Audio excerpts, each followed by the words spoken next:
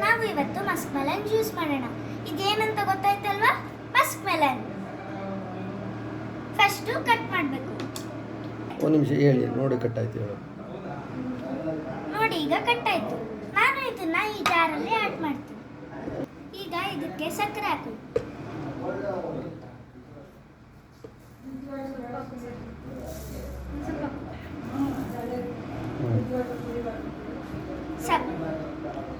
ಈಗ ಸ್ವಲ್ಪ ನೀರು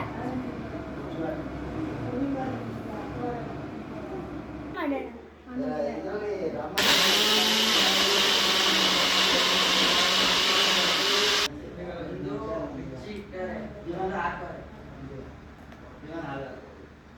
ಈಗ ನಮ್ಮ ಜ್ಯೂಸ್ ರೆಡಿ.